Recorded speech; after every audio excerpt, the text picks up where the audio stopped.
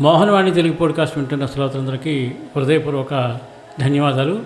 ఈరోజు ఈ షాట్లో ఒక అద్భుతమైన విషయాన్ని మనం విని తెలుసుకుందాం. సగుణ స్వరూపమును పూజించుట సులభం. బాబా పాదములపై పడి సాష్టాంగ నమస్కారం చేసి సర్వస్య శరణాగతి వేడిన వారి నెల్లా రక్షించును.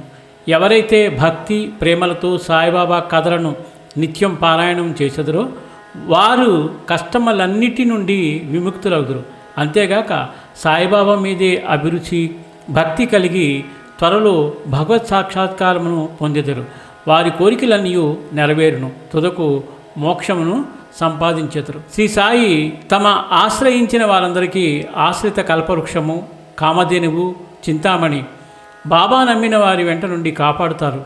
ఏ పరిస్థితులలోనైనా సాయి ఆజ్ఞ శ్రీరామరక్ష. సాయి స్మృతి మాత్ర ప్రసన్నుడు.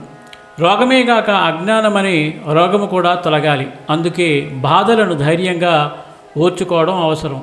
సాయి మనం కోరినదల్లా నెరవేర్చక పూర్వకర్మ దృష్ట్యా మనకు శ్రేయస్కరమైనదే చేస్తారు. ఇచ్చుటకు ముందు దానిని స్వీకరించుటకు నీవు అర్హుడవగదవో కావో పరీక్షించి మరీ ఇచ్చెదరు. మన కర్మమే తప్ప మనకెవరును కీడు చేయలేరు. చాలా అద్భుతమైన విషయాన్ని, దీంట్లో ఉండే లోతైన పాయింట్ని చాలా చక్కగా అర్థం చేసుకున్నాం కదా.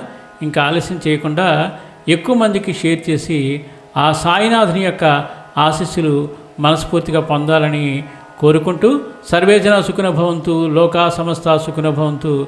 ధన్యవాదాలు. స్వస్తి.